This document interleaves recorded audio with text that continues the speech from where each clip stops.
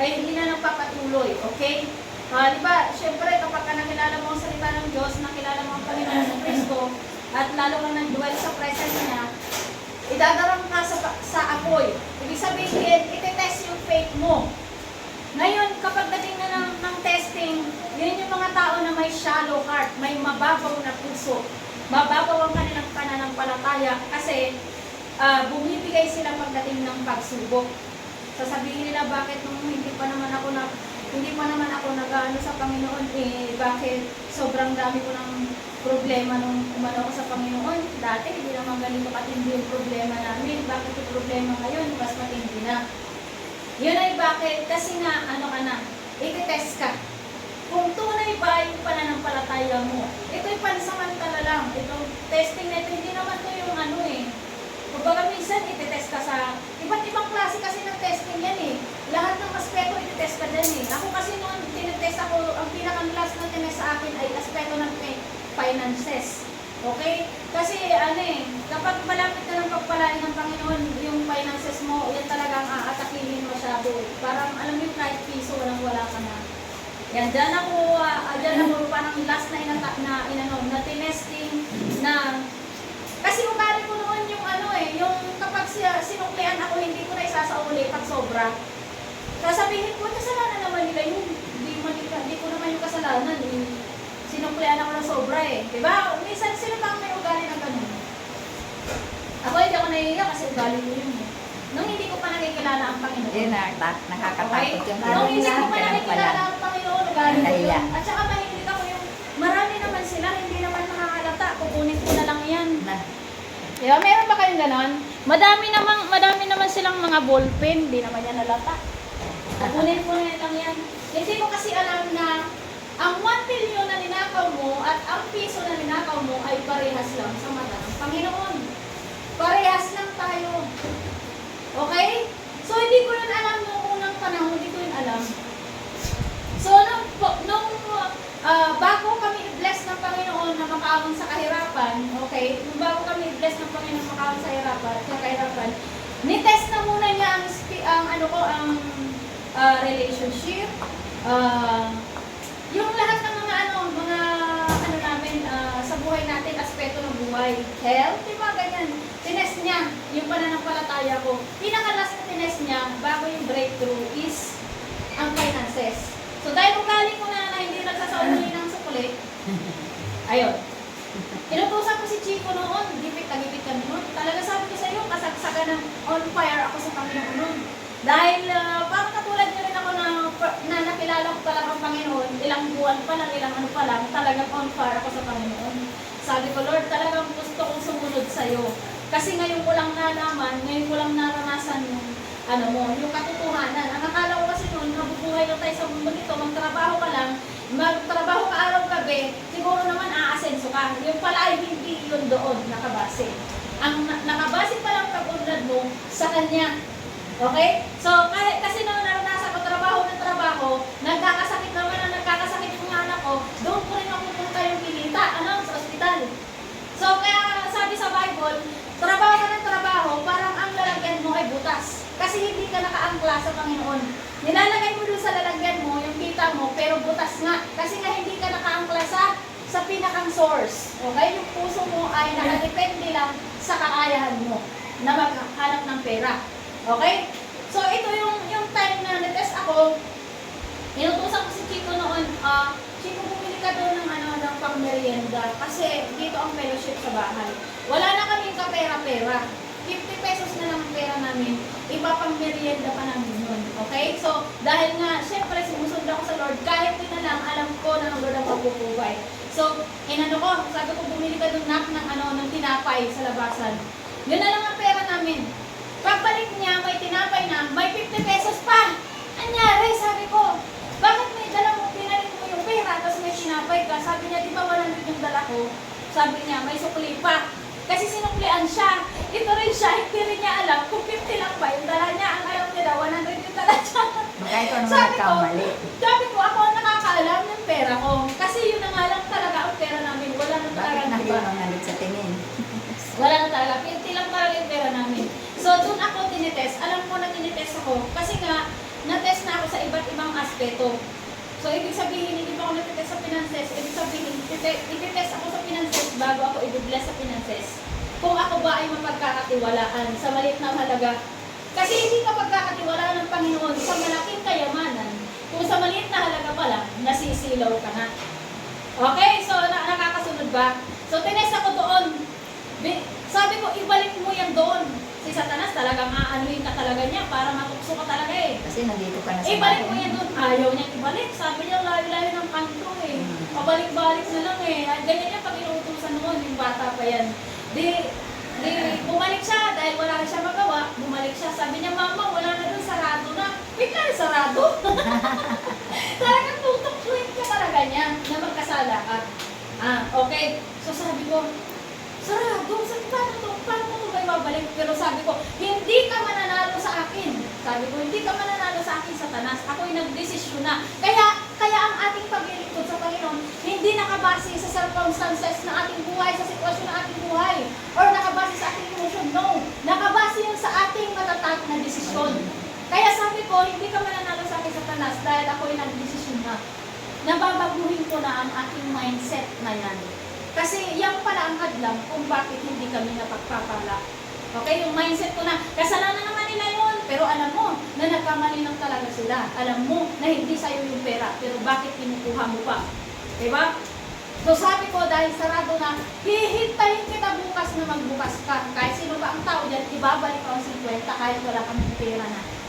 Okay? Kinabukasan, ako mismo ang nagbalik. Sabi niya, sino ang nagbili? Sino ang nagano? Sabi ko, ay basta sobra yung binigay. Basta binigay ko na. Wala na sa akin yung pera. Wala na akong pananagutan kung sino yung tindera doon, kung sino binila niya. Basta binalik ko ang pera. Okay? At least, napatunayan ko na ako'y na ako'y nagsisikap na magbago na mabago na yung lifestyle. And that time, yun na, dumating na yung sa amin, yung mga breakthrough. Alam mo na yung, wala na yung dati na parang akala mo almusal na lang, wala kang may pambili. Okay, so, nabago na yung buhay dahil sa pananampalataya at sa pagsunod sa kalooban ng Panginoon. So, kaya nga tayo nag-aaral dito kasi para mabago yung ating mindset. Diyan lang talaga yan eh. Diyan lang talaga nagkakatalo. Kasi yung ating mindset na yan, yan ang pinakang pagkatao ng ating kaluluwa. Itong puso natin, yung ating isip, yan yung ating kaluluwa, yung inner being. Diyan nakatingin ng Panginoon. Hindi siya nakatingin sa ating flesh, hindi. Nakatingin siya, nakasentro ang Panginoon sa ating kaluluwa. Yan ang nagre-represent yan sa ating puso at isip, yung ating kaluluwa. So kaya dapat ma-transform yan. So paano daw matatransform? Yang matigas ang ulo na yan, yung matigas na na yan, na sistema. Kasi may sistema na yung utak natin eh. Nakaprogram na yan dyan eh. Diba? Dahil sa kinagisma natin na pamumuhay, na okay lang yan, ginagawa rin naman ng iba yan eh. Diba? Paano ka maiiba sa kanila? Diba? So kailangan ma-transform yan. So sa pamamagitan ng pakikinig ng salita ng Diyos, bago matatransform ang ating isip. Okay? Yan daw yung yung mga tao na pag dumaan yung pagsubok, ayun, bumibigay na. Kasi nga, di ba? Ako hindi ako bumigay. Hindi ako naging shallow heart. Okay? Hindi ako bumigay dun sa testing. So may iba naman na bumibigay sa testing. Ang nangyayari, ay sige nga, dikit naman kami, kukunin ko na lang kung pera. Wala naman nakakakita. Di ba? May mga time na gano'n na ano ka na pero talagang bibigay ka. Pero hindi, alam mo na tinitesting ka para mag-level up. Kailangan ma-check mo yun para maka-level up ka. Kasi kung nanatili ka lang na grade 1 hanggang sa ilang taon, 5 years from now, yung buhay mo gano'n pa rin. Kasi hindi ka nagle-level up eh. So, ang pag-level up natin sa buhay ay yan, naka-apply yan sa ating desisyon na gusto na nating mag-level up. Hindi yan nakaangkla sa ating mga sitwasyon, circumstances sa buhay. Kasi ang ating mga sitwasyon ay pabago-bago. Okay, so naiintindihan ba natin yung ibig sabihin ng shallow heart, yung mababaw na puso? Mababaw ang pananampalataya. Okay? Pagdating ng pagsubok ay bumibigay. Okay, so kaya dumako naman tayo sa pangatlong klase ng puso. Ito yung thorny or distracted heart. Yung matinik or distracted heart. Matinik na puso, okay? Matinik na ground. Sabi dito, thorny ground or pusong balisa at abala sa mga alalahanin ng mundo. A heart that seeks earthly riches. Ito yung mga puso na nakatanggap na ng salita ng Diyos. Pero pagdating ng mga yung ano na, aktual na, kagaya niya, halimbawa, nakakilala ka sa Panginoon pero nagtatrabaho ka naman sa gobyerno. Ayun, nag-ano ka na rin, nagkurap ka na rin. Kasi nagkukurapan na nga rin sila, kaya magkukurapan na rin ako para yumaman din ako. Ayan yung mga thorny heart. Pero alam mo kung ano ang salita ng Diyos, ha? Di ba? Nakakilala ka na sa Panginoon. Alam mo yung katotohanan na mali magkurap, pero dahil nga uso naman, ganyan-ganyan, di ba? Ayan yung madamong nakikiayon ka na sa damo. Okay? Ikaw yung matinong damo na itinanim ng Diyos. Pero dahil sa nakapaligid sa'yo na puro mga matitinik na damo, nakiayon ka na sa takbo ng mundo. Naging kurap ka na din. Porque nandun ka nagtatrabaho sa... Dapat ikaw yung magliliwanag sa kanila, okay? Di ba? Yung kapaligiran mo puro mga kurap, dapat ikaw tatayo ka. Okay? Dapat tatayo ka. Hindi ka dapat yung ikaw mahihila ka nila. Dapat tatayo ka. Dapat silang mahila mo sa kabutihan. So kaso ang nangyayari, ito na yung naging thorny or distracted heart ka na. Okay? Ayon sa Mateo 13 verse 22, sabi ito, ang binhi namang nahulog sa may damuhang matinik na halaman ay naglalarawan ng mga taong dumirinig ng mensahe, ngunit dahil sa pagkabansa sa maraming bagay at pagkahumaling sa kayamanan, ang mensahe ay nawala ng uwang sa kanilang puso at ito ay hindi nagkaroon ng bunga sa taong iyon. Yan ang sabi ni Jesus. Dahil daw nga, yun na nga, sabi ko nga, dahil sa mga kinabibilangan mong society, makikikurap ka na rin. Halimbawa, napunta ka sa lugar na uso naman yung kalunyahan, uso naman yung live-in, uso naman yung makikiano ka na din. Uso naman yan, one night stand, okay, makiki-one night stand ka na din. Okay, makikikurap ka na din. Okay, kung estudyante ka naman, uso naman yan, nakikipagkopyahan, nagbibili ng para makasagot ng mataas na, magkaroon ng mataas na grade. Ayun, hindi ka dumadaan sa legal na kasi uso naman yan. So, di ba ganun? Ganun yung yung mga pusong thorny heart. Sabi niya, ito yung taong hindi aware sa taktika ni Satanas. Okay, hindi ka aware sa taktika ni Satanas. Once na ang isang tao ay nakarinig ng salita ng Diyos, target ka na ni Satanas. Okay? Target ka na ni Satanas para i-distract ka sa iyong pananampalataya. So, kadalasan magbubukas siya ng isang magandang opportunity, nakikita ka ng pera. Okay? Isang opportunity, nakikita ka ng pera, pero ang totoo, ilalayo ka lang niya sa gawain ng Panginoon. Okay? Kaya minsan, kung tayo man ay naghahanap ng trabaho, ipapanalangin natin yun na hindi dapat maapektuhan yung araw at oras ng paglilingkod mo sa Diyos. Kasi kapag ka nawala ka sa presensya ng Panginoon, ibig sabihin, mababaklas ka na rin doon sa kinakabitan mo na siyang source. Okay? Na siyang si Jesus yung source ng ating income. Okay? Si Jesus, ang Panginoon, ang source ng ating pinagkakakitaan. Ngayon, kung hahanap ka ng trabaho, tapos, kukunin mo naman, wala ka na halos day off, wala ka ng pagkakataon na makapaglingkod sa Panginoon, ibig sabihin, tatanggalin mo yung sarili mo sa pagkakaangkla doon sa source. Okay? So, kaya, hindi rin nagtatagumpay. Minsan yung tao, gano'n. Hindi rin nagtatagumpay, ang dulo din is distraction. Okay? Ayan, yes, kailangan natin kumita, pero pakahilingin natin, nabigyan tayo ng trabaho na hindi makakasagabal sa oras natin para sa Kanya. Kasi ang ibig sabihin, kapag nagkaroon tayo ng mga bagay na makakahadlang na sa ating paglilingkod sa Panginoon, ibig sabihin, siya na ang magiging Diyos natin. Kung sino yung nauuna sa Panginoon, yun ang ating Diyos. Okay? Hindi ibig sabihin na nagtatapos lang ang idolatry sa mga santo-santo o mga imahen, hindi lang doon nagtatapos ang idolatry. Ang idolatry, Diyos mo. Okay? O kaya ang iyong mga anak ang siya nang maging Diyos mo. Hindi ka na makapaglingkod sa Diyos dahil puro ka na lang anak, anak, anak, anak. Sabi sa Bible, ang sino mang nagmamahal sa kanyang anak nang higit kaysa sa akin ay hindi karapat-dapat sa akin. Sabi ni Jesus. So dapat parati na lang ang Panginoon ang mauuna. Bakit ang gusto ng Diyos na siya ang mauuna? Okay, so bigyan ko kayo ng example. Magkuha na naman ako ng mga artista dito. Ito na lang tatlo na yun. Ito na lang tatlo na artista. Yung gagawin ng artista. Hindi kayo dito, guys. So bakit gusto ng Panginoon na siya ang nauuna sa ating buhay? Okay. Okay, bakit gusto ng Panginoon na siya ang nauuna sa ating buhay?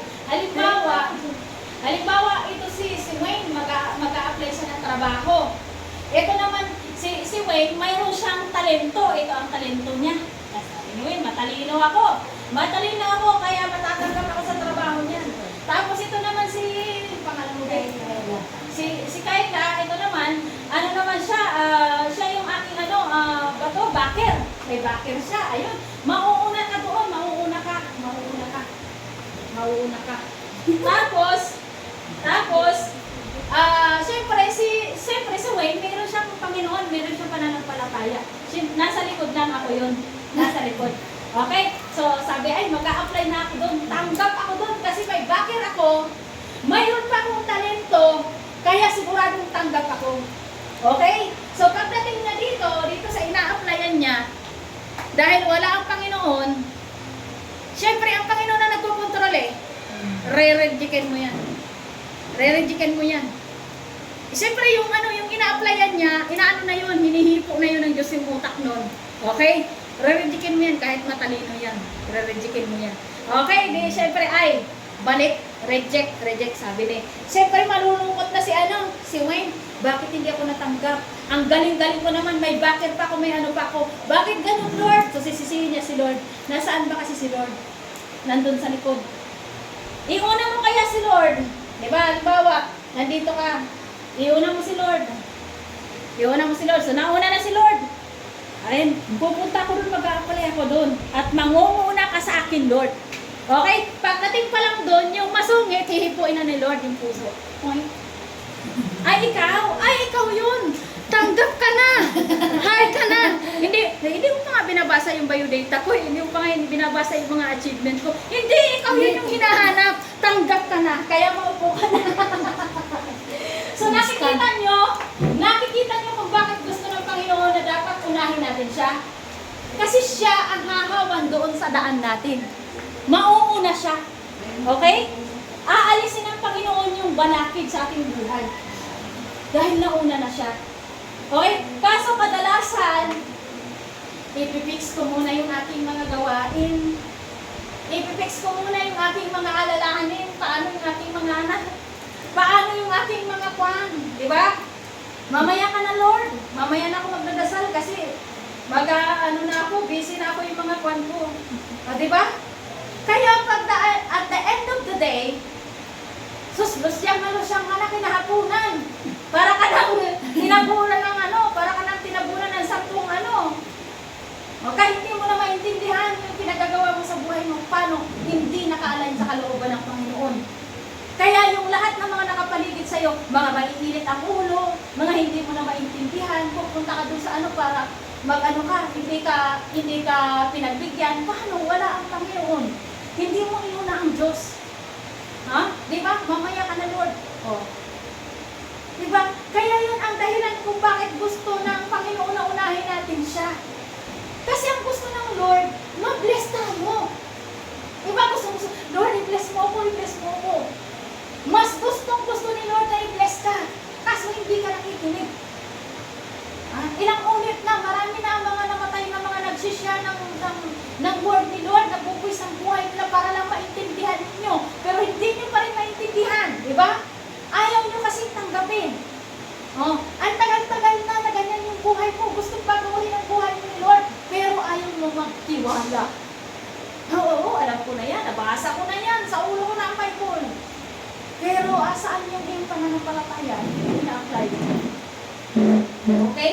Hindi mo ina-apply. Kahit alam mo, iba kasi yung alam mo, pero hindi mo ina-apply. Magkaiba yung knowledge, doon sa wisdom. Kasi yung knowledge, alam mo na ang mansanas ay prutas. Okay? Yung knowledge, alam mo naman ang mansanas ay prutas. Okay? Pagkatapos, dahil wala kang wisdom, ano ginawa mo sa mansanas? Ginawa mong gulay. Kasi wala kang wisdom. Hindi mo alam paano i-apply yun. Prutas yun, di ba? Di ba dapat alam mo kung paano mo gagamitin yung kaalaman mo, saan mo gagamitin yung kaalaman mo? Doon na nagkakatalimin eh. May kaalaman ka nga, hindi mo naman ginagamit, nandun ka lang sa loob ng bahay mo dahil takot ka. Nasaan doon yung wisdom? Okay? May kaalaman ka nga na dapat isinishare mo ang salita ng Diyos sa mga kapitbahay mo, sa mga tao na nangangailangan. Pero hindi mo ginagawa kasi nga natatakot ka. Nasaan doon yung wisdom? Na kung babasahin natin sa Bible, pati yung mga tao, mga duwag na hindi nag-share ng word, mapupunta sa impyerno. Paano ba yun? Diba? Sabi sa Bible, ang mga duwag na hindi, yung kumbaga natakot ka, na baka usgahan ka ng iba, ay, ayoko mag-share kasi baka usgahan nila ako, sabihin nila, baliw ako. Matakot tayo sa Panginoon. Kasi hindi nagbibiro ang salita ng Diyos. Noong nabasa ko nga, sabi ko, okay naman na Lord, nananampalataya naman ako sa iyo, gumagawa naman ako ng mabuti, hindi naman ako gumagawa ng kagaya ng mga mali pala yun eh. Hindi ka nga gumagawa ng masama na ginagawa ng iba, pero hindi mo naman sinusunod kung ano yung gusto ipagawa sa iyo ng Panginoon. Ayaw mong sumunod. Ang gusto nga ng Panginoon, go into the world and make disciple. Ibig sabihin, i-preach mo, i-share mo sa mga mo, kasi ang gusto ng Diyos, maligtas ang lahat. Maligtas ang lahat. Ang dami-dami mga kabataan ngayon nagpapakamatay. Kung nag-share ka, hindi sana sila nagpakamatay. Kung inabot mo yung kaklase mo, hindi sana sila nasiraan ng loob. May mga konti ng grades lang, pero para na silang Pero sa totoo lang, hindi naman yun ang pinakang essential sa buhay natin. Hindi yun ang essential sa buhay natin. Okay mga kapatid, ang essential sa buhay natin ay ang kalagayan ng ating kaluluwa. Okay? Ang lahat ng mga nandito sa mundo na ating pinagkakaabalahan, lahat ng mga yan ay walang silbi sa harap ng Panginoon. Pagdating natin sa kabilang buhay, ang matitira lamang ay ang ating karakter. Hindi ang ating mga titulo, hindi ang ating mga achievement, hindi ang ating mga matataas na grades, hindi yun ang maano. Hindi yun. Kaya mga kapatid, napakahalaga ng ating puso talaga, ipaayos natin sa Panginoon, ipabago natin sa Panginoon. Kasi ang Panginoon lamang ang tanging makakapagpabago ng ating mag-dwell tayo sa kanyang mga salita. Kasi yun lamang ang mahalaga. Kung naalala nyo si Martha at si Maria, si Martha wala siyang ibang ginawa kundi mag-alala sa mga bagay-bagay. Busy siya sa mga bagay-bagay. Pero si Maria, ang ginawa niya lang, nag-dwell lang siya sa presence ni Lord. Nakinig siya sa presence ni Lord. Sabi ni Martha, Lord Jesus, pagalitan mo nga yung kapatid ko. Wala na yung ibang ginawa kundi tumunganga. Isamantalang ako dito, pagod na, nagtatrabaho, ganyan, abalang-abala sa mga bagay-bagay. Alam mo sinabi ni Jesus, Martha, abalang-abala ka sa mga bagay na kung tutuusin, hindi naman yan ang pinakamahalaga. Sabi niya, ang pinakamahalaga, ang piniling ni Maria, yun ay ang mag-dwell sa presence ko. Dahil at the end of the day, yung pinagkakaabalahan natin, hindi naman yan ang magdadala sa atin sa langit. At the end of the day, ang matitira talaga ay ang ating karakter. Kung nandun ba ang banal na Espiritu sa ating puso, yun ang pinakang ating entrance sa langit. Okay? Kaya mga kapatid, magpaayos tayo ng ating puso sa Panginoon. Baka yan ay marami ng tinik. Okay? Sabi rito sa Matthew 16 verse 26, sapagkat ano ba ang mapapala ng isang tao, makamtan man niya ang buong daigdig, ngunit mapapahamak naman ang kanyang sarili. Ano ba ang maibabayad ng isang tao para mabawi niya ang kanyang buhay? Sino ba ang may hawak ng buhay? Ang Panginoon. Sino ang may hawak ng oras? Ang Panginoon. Kanino mo ginagamit? Diba? Binibigyan tayo ng 24 oras. Kanino natin ginagamit yung 24 oras? Baka 30 minutes Baka nga 15 or 5 minuto, wala pa. Di ba? Binibigay sa atin yung oras ng Panginoon, di ba? 24 oras tayong binibigyan. Sana bigyan man lang natin si Lord ng panahon na yun. Kung ang hiniling doon, alam mo kung ang hiniling doon ni Lord? Yung 24 oras na yun, sana sa Kanya. Ganyan kasiloso si Lord. Pero anong ginagawa natin? Napupunta doon sa email. Napupunta doon sa email yung 24 oras. Napupunta doon sa Facebook yung halos maghapon magdamag. Yung iba napupunta sa tulpo. Napupunta sa kay drama. O di ba? Sabi ni Lord, sila ba ang nagpasa ng krus para sa iyo? Sila ba ang nagpakahirap para sa iyo? Bakit sa kanilang inaala yung oras mo? Sila ba ang sinampal, sinuntok, dinuraan para sa iyo? Bakit mo inaalay sa kanila yung oras na binibigay ko para sa iyo? Para sana nag-enjoy mo, nakasama ako. Di ba si Jesus yung nagtubos? Ang gusto ni Jesus, madama natin, kakasama natin siya 24 oras. Okay? 24 oras, pwede ka namang manalangin. Sabi nga sa Bible, pray without ceasing. Kasi lahat ng ating ginagawa, panalangin yun. Recorded yun sa langit. Ang kaibahan nga lang, anong klaseng panalangin yung ginagawa mo ng oras na yan na nakarecord doon sa langit? Okay? Anong klaseng panalangin yung ginagawa? Lahat daw na tumatawid sa ating isip, it is a prayer recorded sa langit. Okay, naka-record doon, nag-e-echo yung ating mga ginagawa. Nakakahiya naman kung puro na lang pala tayo K-drama. Yung nagbuhat ng krus na pagkahaba-haba, hindi na natin nabigyan ng kahit konting panahon para manalangin. Yung nagbigay ng puso mo, ang Panginoon na nagbigay ng puso mo na tumitibok-tibok, hindi mo man lang magawang makatibok para sa Panginoon na nagbigay sa iyo ng puso, na nagbigay sa iyo ng buhay. Kailan ka ba umiyak sa Panginoon nang dahil lang sa Panginoon?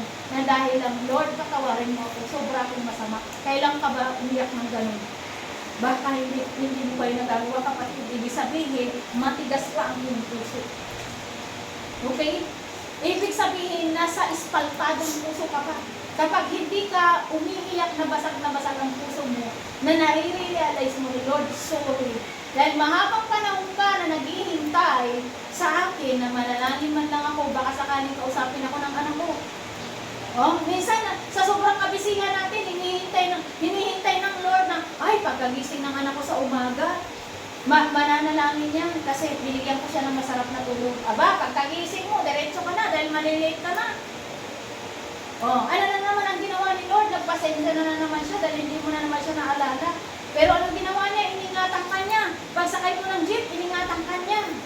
Pagdating mo dun sa trabaho, may masarap ka pang ulam. Siguro sabi ni Lord, siguro naman maaalala ko ng anak kong ito. Dahil masarap yung ulam niya, baka sakaling magdadasal man lang siya. Naghihintay parati ang Panginoon. Naghihintay si Jesus parati sa atin. Anong ginawa natin? Dahil masarap ang ulam, tagod ka na. Kumain ka na naman agad. Hindi mo na naman naalala si Lord. Ilang beses ba umiyak ang Panginoon sa atin dahil binibig na natin siya? Ilang beses siya umiyak. Kinagabihan, pagbalik mo galing ng school, galing ng trabaho, naghihintay ang Panginoon. Ay, ako, baka magdadasal na yung anak ko, baka naalala na niya ako. Hihintay naman ang Panginoon, naghihintay na naman siya. Matutulog ka, bibigyan ka niya ng masarap na tulog. Pero may naalala ka ba? May nagpasalamat ka ba? Nagpasalamat ka ba sa nagbigay ng oras sa'yo? Sa nagbigay ng panahon para mabuhay ka, nagpasalamat ka ba? Naalala mo man lang ba yung hirap na pinagdaanan niya sa cross para ikaw ay tubusin? Pero saan natin inaalay yun? Yung buhay natin sa iba. Anak, sila ba yung nagtubo sa iyo? Di ba? Sila ba yung nagtubo sa iyo? Bakit sa kanila ka nag-ano? Yung ibang tao naman, di ba? Puro sila sa hanap ng pera sa buong buhay nila. Puro na ng pera, ginubol na lang, hanggang ginuba na sila. Wala na silang itinira para sa Panginoon. Sa kahahabol ng pera. Di ba, meron ako nakikita ngayon na minsan nakakatuwa rin. May mga vlogger na at saka mga singer na talagang naninindigan sila Kahit sobrang laki ng ibinabayad sa kanila, hindi nila tinatanggap. Bakit? Minsan may ibang vlogger na ang laki-laki milyones ang offer sa kanila para lang mag-promote sila ng sugal, pero hindi nila ginawa. Bakit? Kasi pinipili nila ang mabuti. May kilala nga akong vlogger, ang tindi ng mga ano sa kanya, mga offer sa kanya, pero tinanggihan niya yung lahat. Alam mo ginawa sa kanya ng Panginoon? Pinagpala siya ng Panginoon. Ngayon may-ari na siya ng negosyo, ang dami na niyang ari-arian, dating magbabasura lang siya. Kasi nanindigan siya eh. Sabi niya, ko naman ang madaming pera kung galing naman sa masama. O, diba? Sabi sa kanya, marami kang follower, kaya i-promote mo na itong sugal, may honest naman ang bayad. Pero tinanggihan niya yun. Kayo ba? Diba? Ang dami naman gumagawa niyan. Eh, magiging millionaire tayo. Ayawan mo pa yun. Ano ka ba? O, diba? Ganun yung mindset natin. Pero kung may paninindigan ka, hindi ka pababayaan ng Panginoon na once na pinili mo siya, hindi ka niya iniwan na parang kang basurero pa rin. Pag pinili mo ang Diyos at kasama mo ang Diyos, hindi niya hahayaan. Ikaw ba, may anak ka? Gusto mo ba yung anak mo parati na lang basurero? Ayaw mo nang ganun, di ba? How much more yung tatay mo sa langit? Na siya ang may-ari ng lahat ng mga narito sa mundo. Siya ang may-ari ng lahat. Diba? Mahirap ba yun sa kanya? Paunlarin yung buhay mo? O, kilala niyo ba yung vlogger na si Tatay Ron? Na-inspired ako sa buhay nun. Basurero yun, ha? Nag-abroad yun sa Korea. Basurero, lahat ng mga kinakalkal niya. Pero ngayon makita mo, may-ari na siya, CEO na siya ng isang beauty, pampatanda. O, ang kinis-kinis na niya, tapos ang na niya. Bakit? Kasi binigyan siya, di ba sabi ko nga sa inyo, ang Diyos, kapag nagpala siya, hindi ka niya bibigyan kaagad-agad ng pera lang. Halimbawa na nanalangin ka, Panginoon, gusto ko pong umasinso yung buhay ko. Ano yung bibigay sa iyo ng Panginoon? Hindi yung pera agad. Hindi ganon. Hindi ganon ng Panginoon. Kapag nanalangin ka ng Panginoon ng financial blessings, bibigyan ka ng Panginoon ng tuturuan ka niya ng Panginoon na matuto ka. Bibigyan ka niya ng knowledge, wisdom, and understanding how to produce money. Tingnan mo yung basurero. Hindi niya tinanggihan niya dahil mas pinili niya ang prinsipyo sa Panginoon. Anong ginawa? Binigyan siya ng karunungan to produce wealth. Okay? Di ba si Pedro, nung walang nakuha si Pedro na isda, anong ginawa ni Jesus? Sumama ka sa akin, natuturuan kita kung paano man isda. Di ba? O, ihagis mo dyan, mo dyan. Di ba, tututusin, pwede na mamapagig si Jesus doon. Uy, may isda na. Sobrang dami ng isda, di ba? Pero ang ginawa niya, tinuruan niya si Pedro, pumunta pa sila sa laot para mangisda. So, ganun ang Panginoon kapag mag-bless sa atin. Tuturuan tayo, bibigyan niya tayo ng karunungan how to produce wealth. Kasi ang Panginoon kapag nagpala yan, hindi ibig sabihin, may wealth ka, pero wala kang protection. Hindi. Ang Panginoon kapag nagpala, kompleto sa recados yan. Hindi yan kakaya sa pagpapala ng mundo, na nanalo ka sa loto, mamaya hinuldag ka na, namatay ka dahil wala kang ang protection. Ang Diyos kapag nagpala yan, pinagpala ka sa financial, mayroon yan kasamang covering. Okay? Mayroon yan kasamang wisdom kung paano mo i-manage yung pagpapalang binigay niya sa'yo. Ganyan magmahal ang Panginoon. Ngayon, karamihan kasi sa atin ngayon, habol ng pera. Huwag nating habulin ang pera. Kasi yung pera, habang hinahabol natin yan, lalo yung lumalayo. Hindi ko maintindihan kung bakit ganun. Pero kung talagang magpapakasama ka na, magtitinda ka lang ng shabu, madali na lang yun. Kasi pagkasama ng pinili mo, mabilis ang pera eh. Pero kung gusto mong kumita ng pera ayon sa kabutihang paraan, mas mahirap makuha ang pera. Bakit? Kasi kailangan mo munang maayos inner sa loob mo. Kailangan maayos muna yung kaloob-looban mo.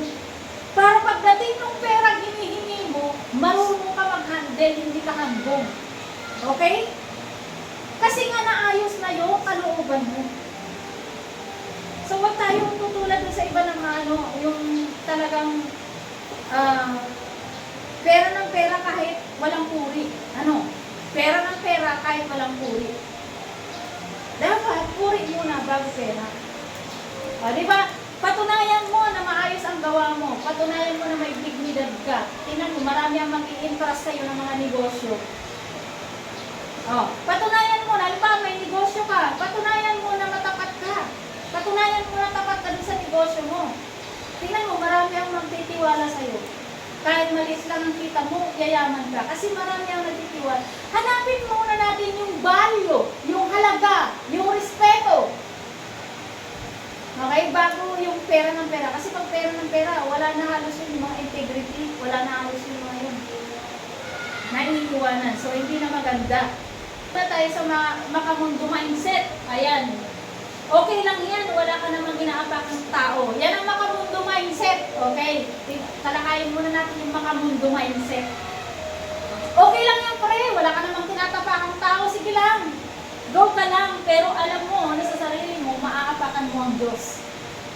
Nandito sa loob mo, alam mo na maaapakan mo ang Diyos. Diba? Lagi natin iisipin yun. Yung gagawin ko ba, ay hindi ko ba maaapakan si Lord? Diba? Minsan, pre, may nag-aano sa akin na ganito, ganyan, ganito. Okay lang yan, pre, ginagawa naman niya ng marami. Sige lang, go ka lang, minsan ka lang mabubuhay sa mundo. Yan ang payo at mindset ng makamundo. Pero kung titingnan mo, alam mo hindi mo dapat yun gawin. Kasi maaapakan mo ang prinsipyo ng Panginoon.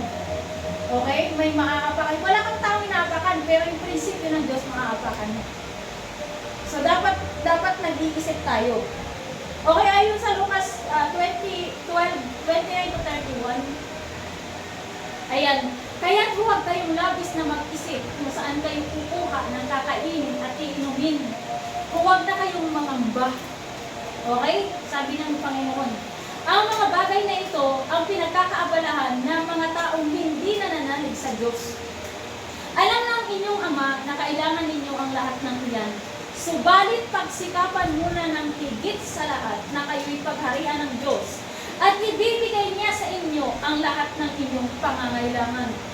Ano sabi niya? Lahat ng pangangailangan. Hindi naman niya sinabi na yung ano lang, yung ibang pangangailangan niyo lang ang ibibigay. Ang sabi niya, lahat ng inyong pangangailangan, pagsikapan muna ninyo na higit sa lahat pagharian kayo ng Diyos. Okay, alam mo nung mga nabasa ko yung mga ganyang bagay, mga principle, Bible principle, inano ko yan eh, tirinesyo ko yan, yan ay kayamanan eh. Kasi karunungan yan eh. Sabi niya, pagsikapan muna ninyo. Okay, kahit sino pa dyan ang magandang sa akin, pag yun ang pasya ko, yun ang pasya ko. Basta ka, gusto ko masunod ang kalooban ng Panginoon. Kaya walang hahadlang-hadlang sa akin, kahit sino pa yan dyan. Pag gusto ko maglingkod, maglilingkod ako, walang hahadlang. Kasi kung magpapahadlang ka, at wala kang kagutungan, pupulutin ka sa kangkungan. Kahit na nga, yumaman ka nga, pero mapupunta ka naman sa impyerno, useless.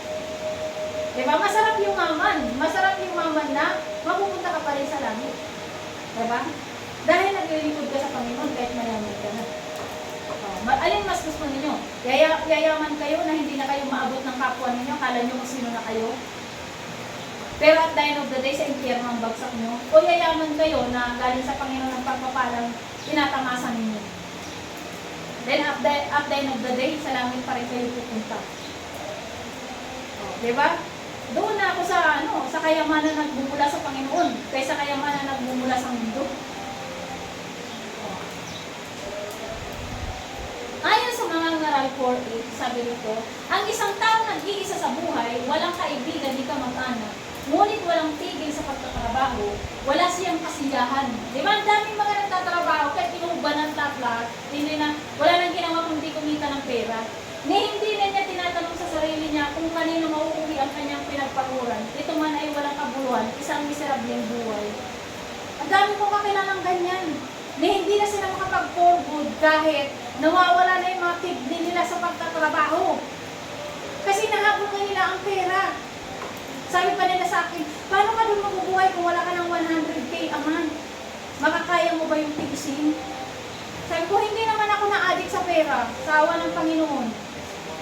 Makakaya ko mabuhay kahit wala akong 100K a month. sabi ko, inuuban at lahat-lahat. Ano pa yung ipaglilingkod mo sa Panginoon? Wala ka nang itinara para sa Panginoon. Binigyan ka niya ng buhay. Wala, hindi mo man nang tinirahan si Lord. Diba? Ako ang plano ko noon, sabi ko 50 years old. Magpupugod na ako pag 50 years old. Kaya sabi ko, baka mga 48 years old, mag-iipon ako ng mga kagamitan para dito sa church. Pero hindi yung plano ko ang masunod eh. Ang plano ng Diyos ang masunod eh. Sabi ni Lord, bakit ikaw ang nagdidesisyon? Ako ang magdidesisyon. 45 years old ka pa lang, uuwi ka na ng Pilipinas at mag-desisyon sa akin. O diba? Minsan may mga plano tayo na yun ang plano natin, pero hindi yun ang masusunod. Kasi ang masusunod ang plano ng Diyos sa buhay mo. Okay, kahit ano pang pagsusumikap mo dyan, kahit ano pang gawin mo dyan, kapag hindi yun ang gusto ng Lord na gawin mo, wala kang magagawa. Okay, sabi nito sa verse 26, ang karunungan at kaalaman at kaligayahan ay ipinagkakalob ng Diyos sa lahat ng kinalulugdan niya. O diba? Sa lahat ng kinalulugdan niya. Ang makasalanan pinagtatrabaho niya at pinag-iimpok upang ibigay ito sa gusto niyang pagbigyan. Nakikita ninyo paano nakasulat sa Bible? Oh, ito man ay walang kabuluhan tulad lang ng paghabol sa hangin. O diba? Sikapin natin na maging kalugod-lugod tayo sa harap ng Diyos. Kasi ibinibigay niya yung karunungan, kaalaman, kaligayahan, ipinagkakalob ng Diyos sa lahat ng kinalulugdan niya. Ang mga makasalanan, pinagtatrabaho niya, kanino niya ibibigay? Sa mga matutuwid. Oh, tulad na lang ng isang testimony na sinabi ko sa inyo. Isang tao na hirap sa buhay, hirap na hirap sobra sa buhay. Oh. Tapos, may nag-mentor sa kanya na sumunod ka sa kalooban ng Panginoon, kahit konti lang ang meron ka, mag-offering ka. Kung ginawa niya yun, anong nangyari? Diba? Pinapunta siya ng Holy Spirit doon sa isang hotel. Oh, yung kakilala niya na yung tao na hindi naman niya kaano-ano na mayaman, mamamatay na pala, sa kanya pinamana lahat. Oh, kaano-ano niya yun, hindi niya kaano-ano yun, hindi naman niya yung kakilala. Ayan yung sinasabing divine transfer. Okay? Kaya huwag ninyong mamalitin yung kalagayan niyo yan. Baka mamaya may bigla na lang magpamana sa inyo na hindi nyo, parang palikupong pinapahanap na pala kayo dahil pamamanahan kayo. At kami na ng testimony ng mga ganyang pangyayari. Natayo talaga sila sa entablado kasi pinapatutuon nila na sobrang hirap nila sa buhay tapos biglang may nagpamana sa kanila. Kasi nakasulat na sa Bible. Hindi natin pwedeng pigilan kung ano ang kalooban ng Diyos sa atin, ano? Hindi natin pigilan yan. Hindi natin pwedeng pigilan. Ayan, nakasulat, napakalinaw. Ibinibigay ng Diyos sa mga kinalulugdan niya. Yung masasama pinagtatrabaho niya, yung mga makasalanan na yan, pinagtatrabaho niya, pinag-iimpok niya, pero mapupunta lang sa mga matutuwid, sa mga kalugod-lugod sa kanya. Di ba, minsan ang dami-dami mga mayayaman, sobrang yaman na, pero mga atheists, hindi na nampalataya sa Panginoon. Pero at the end of the day, napupunta sa charity yung mga pera nila eh. Nakita nyo? Sobrang dami ng mga paghihirap na ginawa niya doon para yumaman siya. Pero at the end of the day, bigla siya mamamatay. Napupunta lang sa charity. Sino nanginginabang? Sino nanginginabang? Yung charity.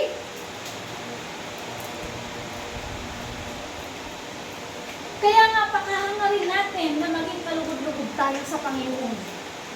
Yun ang pinaka-mahalaga sa lahat, na ma-please natin si Lord, si Jesus. Okay? Dahil siya ang nagbayad sa ating buhay. Siya ang may-ari ng ating buhay. Dapat natin siyang i-please at ialaya natin ang oras at panahon. So sabi nito, ganito ang mga bihing nalaglag sa damuhan, natabunan yung pananampalataya niya ng mga kaabalaan sa mundo nito, humabol ang mga tao sa pera, hindi nila alam na the more dahil habol mo ang pera, the more naman itong nagiging mahirap ang pera. So ipagkatiwala natin sa Diyos ang maliit na kita natin or sahod na mayroon tayo at hayaan natin na i-multiply ito ng Panginoon. Ayun, sabi dito sa Hebrews 13 verse 5, huwag kayong magmukhang pera. Sabi dito. Huwag kayong magmukhang pera at masiyahan na kayo sa anumang nasa inyo sapagkat sinabi ng Diyos, hindi kita iiwan ni pababayaan. Yan ang pangako ng Panginoon Panginoon. So bakit tayo parang akala mo, anong-ano tayo na kumita ng kumita ng kumita? Okay? So dapat doon lang tayo sa kung saan na may integrity tayo, may dignidad tayo. Wala tayong inaapak ang tao, wala rin tayong inaapak ang hindi rin natin inaapakan ng Diyos. Okay, nandun lang tayo, lumalaban lang tayo ng patas sa mundo. Okay, so dumako naman tayo sa pang-apat na klase ng puso, the good heart. I hope na everyone is have a good heart. Okay? Hindi tayo dun sa mga matinig na puso. Ano? So, the good heart is the good soil. Pusong sagana sa mabubuting gawa, the blessings of God overflows. So, nag-overflow yung mga pagpapala sa ng Diyos. Puso ng pananampalataya ay nabuugat ng malalim. They are the doer of the word. Okay? By serving others, more loving and always excited to serve the Lord. Yan daw yung may good na heart. Yung may mabuting puso. Good heart. Ayan, Mateo 13 verse 23, ang sabi nito, at ang katulad naman ng binhing napahasik sa matabang lupa, ay ang mga taong dumirinig at umuunawang mabuti sa mensahe, kaya't ito ay namumunga ng sagana, may tig sa 100, may tiga-60, at may tig-30. At yun na nga si Ate Belen. Namumunga na si Ate Belen. Alam mo, unang-una talaga sa atin ang pinagbubunga, ang ating spiritual. Okay?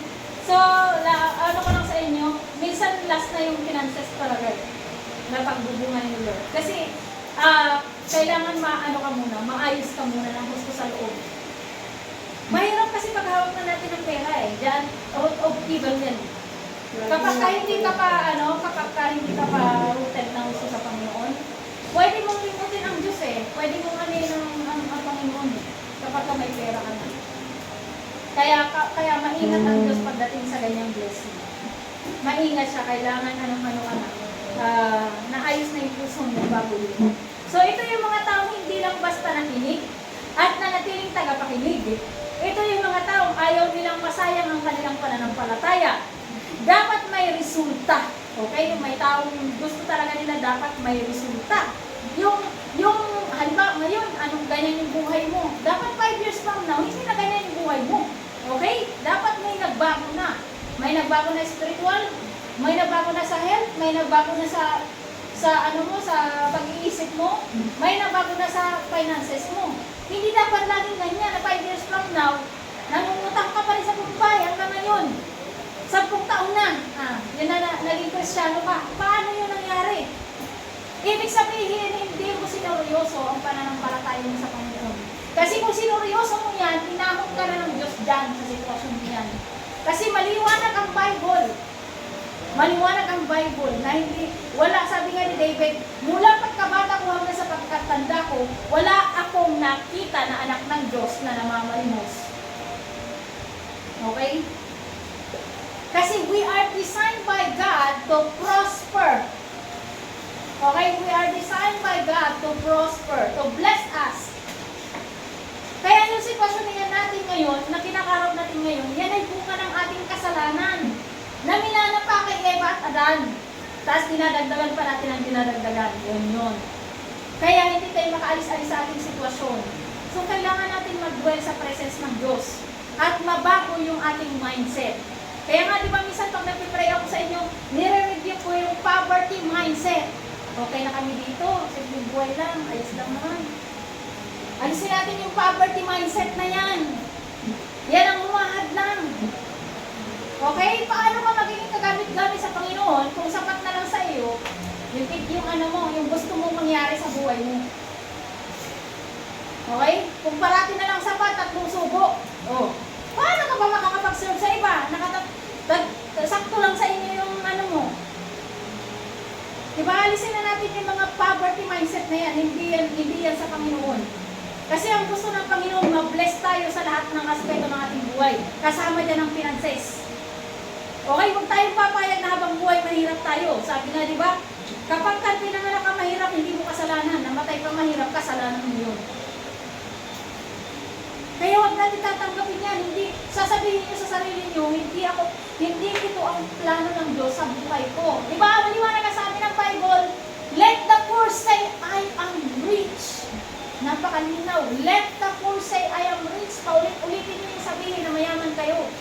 Kahit wala pa kayong pera, sasabihin niyo marami kayong pera, mayaman kami. Mahal kami ng Diyos. Pinagpala kami ng Diyos. Kaya si nanay, pag sinasabihan daw niya, ay salamat sa Diyos, sabi ni nanay. Iniklaim na niya yun. Kaya tingnan mo, hanggang ngayon, doon niya pa rin siya. Salamat sa Diyos. O, di ba? Dapat iniklaim mo yun. Pag may nagsabi sa'yo, madam, ay, salamat sa Diyos. Hindi yung, ay, sobra ka naman, grabe ka naman mga madam. O, yun namin nagdideclare na nga sa'yo, yung mo pa. Di ba? I-claim mo yun kasi maliwanag ka sabi ng Bible, let the weak say, I am strong. O may sakit ka na, sasabihin mo pa rin, ay, may tuhod ko, may sakit ako. Huwag mong sabihin yun. Death and life are in the power of your tongue. Ang dila mo ay makapangyarihan dahil yan ay nilikha sa image ng Diyos. Ang Diyos, pag nagsasalita yan, magkaroon ng liwanag. Nagkakaroon nga ng liwanag. Magkaroon ng mundo. Nagkakaroon ng mundo.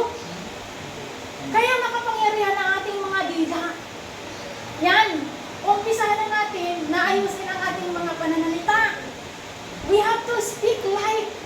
Speak life. Speak positive. Yung mga tao nga na mga walang Diyos eh. Doon ko na yun na nalalaman eh. Mga tao doon ng mga mayayaman, mga amo. Bawal sila magsalita ng negative sa kanilang anak. Huwag mo pagsasabihan yung anak ko ng negative. O sila nga naniniwala eh. Naniniwala sila pero hindi sila naniniwala sa Diyos. Pero tumatalab sa kanila. Dapat ang sasabihin mo lang sa mga anak nila o kahit sa kanila, puro positive. Huwag negative. Kasi nga, alam nila na there's the power. Paano? Bakit naniniwala sila na ganun? Kasi yung kayamanan nila, galing yun dun sa kapangyarihan na mayroon ang salita. Kung mababasa ninyo ang libro ni Napoleon Hill, sino nakakalam ng libro ni Napoleon Hill? How to get rich. How to be a millionaire. Puro lang yun, power of the tongue. Wala silang Diyos doon. Lahat yun, ang halos na libro na yun. Sabi ko nga, bakit nang nagpa-part-time ako ng mga bahay? Bakit ang lahat ng halos ng mga bahay dito, puro may libro sila ng mga Napoleon Hill na yan? Tapos ang nakasulat sa cover, how to be a millionaire. Parang maganda sa ilin mo yun. Yung pala ang nandoon na nakalagay, the power of the tongue. Hindi sila naniniwala sa Diyos ha, kasi atheist sila, wala silang Diyos. Pero kung babasahin mo ang Bible, nakasulat din sa Bible, yung mga pananampalataya nila. Oh, dapat pala doon, sabi doon, nakasulat doon sa libro ni Napoleon Hill, panampalatayanan mo na yayaman ka at sabihin mo ng sabihin. O, kaya yung iba, ang ginagawa pala nila, nilalagay nila sa mga bulsa nila, sa mga bag nila,